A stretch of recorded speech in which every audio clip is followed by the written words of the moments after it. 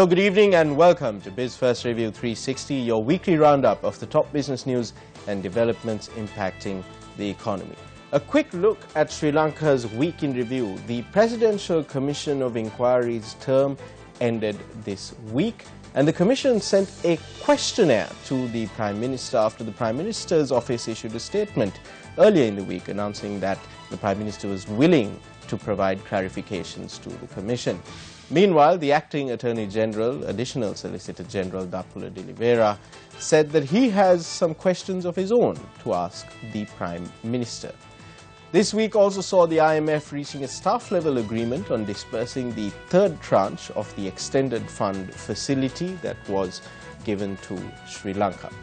Also, we discovered this week that the funds from the Hambantota port deal are yet to reach the Treasury. However, the Governor of the Central Bank of Sri Lanka, Dr. Indrajit Kumaraswamy, noted that the funds are expected within the second or third week of next month.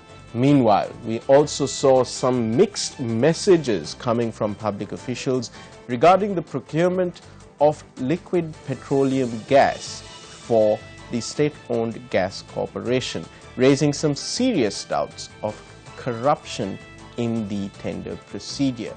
Also, the Elections Commission is meeting to decide the future of local government elections amid a backdrop where several petitions have been filed at the superior courts. That's a quick look at the week in review. Let's take a look at the stories that made headlines this week. The Central Bank of Sri Lanka, releasing its latest external performance update, said export earnings increased in August 2017, surpassing the $1 billion mark for the second consecutive month, indicating a positive impact of the GSP Plus facility. Export earnings increased by 15.5% year-on-year to $1,001 million in August 2017 due to an increase in industrial exports followed by agriculture exports. USA, UK, India and Germany were leading markets for merchandise exports of Sri Lanka during the first 8 months of 2017, accounting for about 50% of total exports. According to the central bank, adverse geopolitical conditions in the Middle East has continued to have a negative impact on overseas worker remittances. Remittances from migrant Sri Lankan workers declined by 10% to $556.6 million in August 2017. The amount stood at $618.3 million in August 2016. Cumulative inflows from worker remittances also declined by 6.3% to $4,503.3 million during the first 8 months of 2017 compared to the same period last year. Sri Lanka's gross official reserves as at end of August 2017 amounts to $7.7 billion, equivalent to 4.5 months of imports. Meanwhile, the report also said that Sri Lanka's external sector showed a mixed performance in August 2017. Although export earnings increased in August, higher growth in import expenditure resulted in an expansion of the trade deficit. Addressing a media briefing in November last year, Governor of the Central Bank, Dr. Indrajit Kumaraswamy, noted the value of the rupees would stabilize once the country receives around $1 billion through the Hambantota Port Agreement. It has been around 3 months since a PPP agreement between the Sri Lanka Ports Authority and China Merchant Port Holdings was signed regarding the operation of the Hambantota Port. Chairman of the Ports Authority, Dr. Parakrama Dissanayake, noted that a period of 6 months has been granted through the agreement to fulfill the commitments agreed through the meeting. Dr. Dissanayake notes that the commitments are currently being fulfilled, adding that China Merchant Port Holdings would need to fulfill its financial commitments when Sri Lanka fulfills its commitments. According to Central Bank Governor Dr. Indrajit Kumaraswamy, the first tranche of funds from the Hambantota port deal is expected to reach the country in the second or third week of next month. The first tranche is expected to come up to a total of 100 million. The second tranche of 300 million is expected in 3 months, while the balance is expected in the following 3 months. Earlier this week, Moody's Investors Services cautioned Sri Lanka on significant borrowing requirements and heavy reliance on external and foreign currency funding, saying it would expose the sovereign to material liquidity and external financial risk. According to Moody's, the total external debt was about $47 billion, 57% of gross domestic product as of 2016. Stay tuned to Biz First Review 360. On the other side of this break, we'll be talking about election promises, broken, forgotten and fulfilled, with Janine Fernando from Verite Research. Welcome back to Biz First Review 360. Election promises, should we put much store by them? Is there any point really to following up on election promises made by politicians here in our country? To talk about this and more, we're joined by the head of politics from Verite Research, Mr. Janine Fernando. Verite Research recently launched their election manifesto promise tracker on Mantri.lk. Janine, thank you very much for coming on the show. I want to focus a little bit on the economic promises that were made, promises related to the economy that were made in the manifestos of both the UNFGG and the UPFA. We've seen a new economic policy document that was unveiled this year, the Vision 2025. How does that align with the promises that were made in the respective party manifestos? So thanks for having me, Nadim. And like you said, we've kind of done a comprehensive tracking of 80 actionable, election promises from both the parties which are in government. Now, Vision 2025 and the election manifestos do align to some extent, right? But of course, now you can argue that, well, you make sort of grand promises in elections, then you have to find a way of, viably enacting them in policy, that some things will change. But some things haven't changed significantly, and for example, those are that the 2025 document places a lot of emphasis on these mega sort of industrial zones, mega agricultural zones, like fisheries zones and so on. Now, all three of those feature very clearly in the UNFGG manifesto and to some extent in the UPFA as well. But we haven't seen a fairly clear strategy so far as to how these zones will work. Now, obviously, you can't just say this is an agricultural zone and then expect it to sort of, work out magically. Sri Lanka has had chronic problems in agricultural productivity for decades. We have fairly serious problems in, post-harvest waste. 20 to 40% of produce gets sort of destroyed in transportation.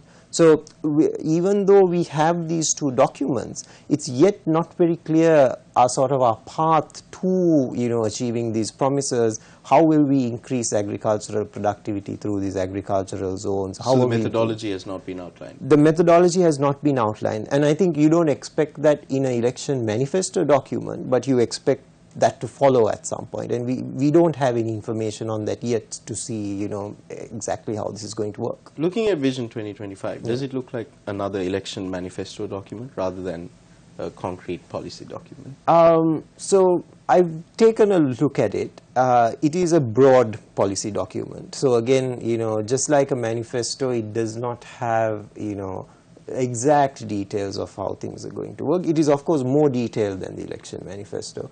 One hopes that that's not, it's not simply, it's not simply a PR document, that there is, because it does have a lot of good ideas. And same as the election manifestos, it has a lot of good ideas. And there are certain promises in the election manifesto. So for example, the UPFA has a target of 4.4 million tourists a year by 2020. Now, because we, of course, saw rapid growth with the end of the war in tourism, and numbers have been picking up. But, of course, that growth is going to be short-term because, of course, more and more people are going to come and want to visit Sri Lanka now that it's safe, but that's going to plateau out at some point. Now, Vision 2025 again reiterates the need to, bring about like tourism and, increase tourist inflows, increase tourist incomes. But these often, the success of these policy documents are more at the micro level than at the macro level. So if you take Sri Lanka's tourism and you go on TripAdvisor or any other forum, you will start to see that, there are some complaints by tourists that, Sri Lanka's, price competitiveness is not the same as Southeast Asia. So these are the things that we need to be, government needs to be concerned about. Is our labor force, capable of, delivering the kind of hospitality services that international, tourist, clientele expects at competitive prices with all our competitors. Otherwise, you can have that target of 4 million, and maybe you'll get to 2.5, you'll get to 3 by virtue of just things growing slowly, but you won't meet these ambitious targets. And Vision 2025 has a lot of great targets, but it's not entirely clear. I mean, it's not so detailed as to say what the mechanisms of these things will work. So I think that we'll have to wait for. Is that a historical pattern in election manifestos and policy documents that are unveiled amid great tamashas in Sri Lanka, where there isn't a lot of detail on, it's just, we're going to do this, but we're not going to tell you how we're going to do it, and generally it ends up, well, it was not done because they had no idea how they were going to do it anyway. Yeah, I think I wouldn't blame this government specifically. It has so been. I must say, has it been a pattern? Yeah, it has been very much a long-term trend. I think back in the 60s and 70s, we had promises like we'll bring rice from the moon, and I think obviously they didn't mean to bring it from the moon, but it's symptomatic of the core problem that you will make grand promises just before the election. And then hope that voters forget about it afterwards. To a certain extent, voters do, and then the next cycle comes around. You make another set of grand promises. This is kind of the cycle that we would like to see broken by at least. I mean, the thing that we can do is of course put out more information, make it easier for the public, for the media to access it easier, even for the politicians themselves to see how they are doing. Because now if you take, for example, the similar, manifesto promises in, the UK, you have institutions that will kind of say what is the impact on, what are the budgetary implications of this promise. So, you say, okay, we are going to raise salaries for the public sector, we are going to raise salaries for the private sector, is this something that can actually be done, or is this just a promise that will bankrupt the economy and really has not been made by someone who was thinking responsibly?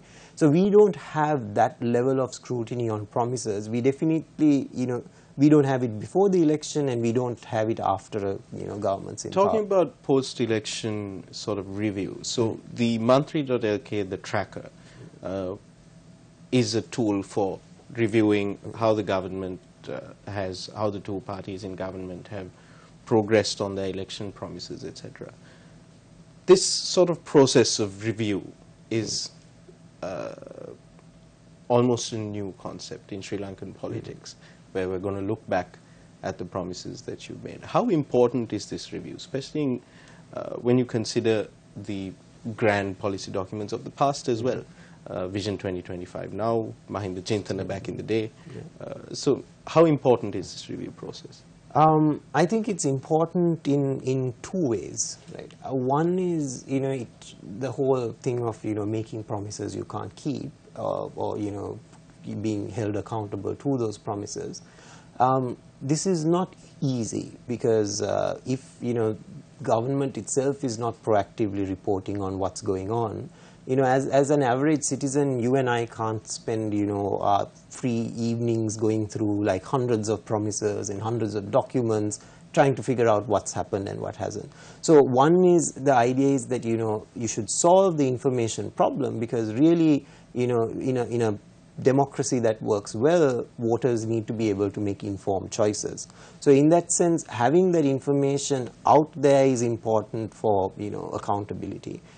The other is, of course, simply, from a more kind of policy implementation side, it's good to know sort of what's working and what's not, because I think it may be unreasonable to say you have to implement all promises exactly the way you spelled it out in the manifesto. Things change in 5 years. In fact, we, in our complete category, we say complete with compromise, and we say what the compromises were. So I think it's not about, oh, have you reached 100% at the end, but it is about, you know, even if you didn't enact a certain promise, have you then substituted it with something else? And the core promises, like, you know, the ones that could easily be kept, the ones that everybody knew, like the new laws, or the audit bills, the campaign finance, and, you know, constitutional reform, how are those doing? And I think, you know, constitutional reform will be in the news, but there will be lots of other promises that are forgotten. So in that sense, I think it is important to, you know, if you want a democracy that is responsive, or a government that is responsive in between elections, and really improve the quality of democracy, then like this kind of change is important. I'm not saying this tracker will deliver that change, it is just a step in that direction. We're in conversation with Janine Fernando, the head of politics at Verite Research. When we come back, forgotten promises.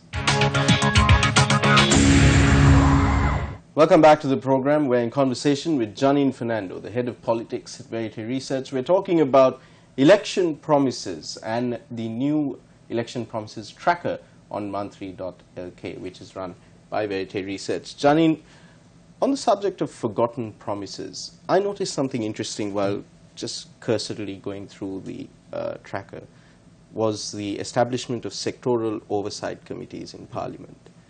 And I read it in line with the previous promise that had been made in the 100 Days Manifesto, which is yet to be fulfilled, which is the amending of the standing orders of Parliament. Now, the tracker leads the voter to believe that these sectoral oversight committees have been established and functional. But in the absence of amending those standing orders, are these committees really functional? Can it be considered a fulfilled promise? How can you address such issues through this tracker? So that's an excellent question, Nadeem. And again, it was one of those ones we said, you know, completed with compromise, because there were, you know, it was originally to have 20 committees, it's 16, but I think, you know, those differences are fairly minuscule and not, you know, that significant. But your question about standing orders, so there are really broadly like 3 sets of promises. One was a code of conduct for MPs. That then these are again the internal rules of Parliament, so they are not, you know, you don't have to, you know, propose a new act. You know, it's more kind of Parliament's internal regulation. Same with the standing orders. Now, the sectoral oversight committees is actually a great example of a promise kept that has been forgotten by the public, I think, you know, and it is a really important development in Parliament, because earlier you had these consultative committees chaired by the subject minister on a particular subject. So really the most you could do was ask for a policy change. We've looked at these consultative committee minutes. Often MPs just go and ask for just, you know, favors for their constituents. X hasn't got a promotion, you know, Y hasn't got, you know, into school. So very parochial issues. Not the, you know, kind of problems that you would expect like Parliament to be discussing day to day, you know, when they have to make laws and scrutinize laws issues and of governance. Budgets, yeah. Exactly, issues of governance. Now, at least with these 16 sectoral oversight committees, we've seen the emergence of committees like the Public Finance Committee that scrutinizes, you know, spending. They actually rejected, or they kind of recommended rejecting, and it was withdrawn, sort of supplementary estimates for luxury vehicles, which was a big sort of kind of point of contention among the public. And so I think, you know, the fact that these sectoral oversight committees are there, they are often chaired by opposition MPs or MPs who are not subject ministers, that they have significant convening and sort of, you know, power to scrutinize what's going on. It is a step in the right direction. Of course, there are other changes to the standing orders that are still pending, that have been tabled in Parliament, but haven't gone further than that. And same with the Code of Conduct for MPs, which really was meant to be, you know, the thing that regulated MPs' conduct, allowed, you know, people to make complaints, investigations to happen. So those elements of changing the internal rules of Parliament haven't happened. The sectoral oversight committees have, and I think what we've seen so far is that, you know, they are adding significant value. the issue with internal regulations of Parliament, maybe the code of conduct is something that can be communicated to the public and the public will understand it. But when it comes to standing orders of Parliament, this is probably one of the reasons why these promises get forgotten, is that the public don't really pay attention to it. But when it comes to issues like that, how does the tracker, or how does the work of Mantri.lk and Verite help to improve public engagement and improve public awareness, even among the private sector, even among business, to inform them how important these sort of building blocks of Parliament are? So I think, everybody talks of how we live in the information age. Right? There is no shortage of information today. There are more things coming out every month than you can read in a lifetime. You have access to endless databases and so on. So we don't have the problem of, the pre-printing press era where nobody had any information. We have the problem of too much information and really not having a way to make sense of it. So that's what we try to do in both, even sort of tracking MP performance. Parliamentary Hansards are recording thousands and thousands of entries. A single sitting of Parliament has 100 pages. There's no way to make sense of this unless you put it in a system that looks at the information, sort of categorizes it, and then, makes it comparable and measurable in some way. So that's even with the Manifesto tracker, in separating these promises to say, okay, one by sort of the type of promise, so, what's sort of temporary relief for the people, what sort of longer term economic policies, what's in there for improving governance or improving democracy or better public services. It helps voters or just average citizens to make sense of what the promises are, and then you can go in and see okay, what's on track, what's not, or if you don't have the time, you can at least go and see that wheel right at the top, which shows how many have no action, how many have poor progress. I think that's important because information on its own doesn't really tell you much. And like you said, if you don't know that Parliament has such a thing as standing orders, or even if you heard the term, you don't really know how it works. It's helpful to know that, well, this promise was made and it was kept, or it wasn't. I think that is the challenge that we have today. It's not having access to information. Parliament's website has lots of information. It's making sense of it. Thank you, Janine, very much for coming on BizFirst Review 360. There you go. It's not about having access to information anymore. It's about making sense of that information.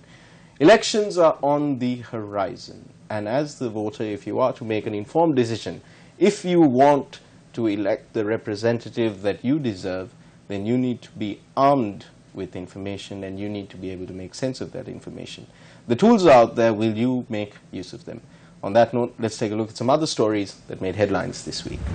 The World Bank, in a feature article on the government's new Vision 2025 Economic Development Plan, has said that the Indian Ocean island needs to look beyond its 20 million market and increase its global competitiveness to sustain long-term growth.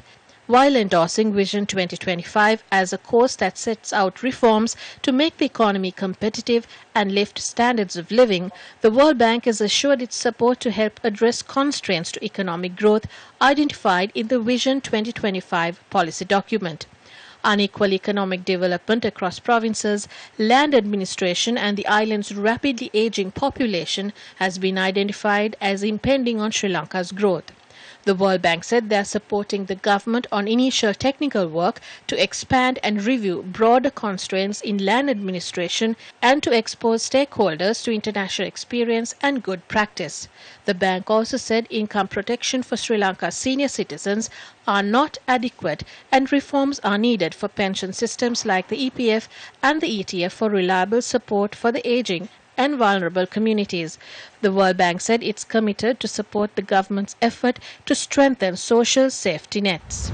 And that's a wrap of our program tonight. Don't forget to look us up on Facebook. You'll find us at BizFirst Review 360.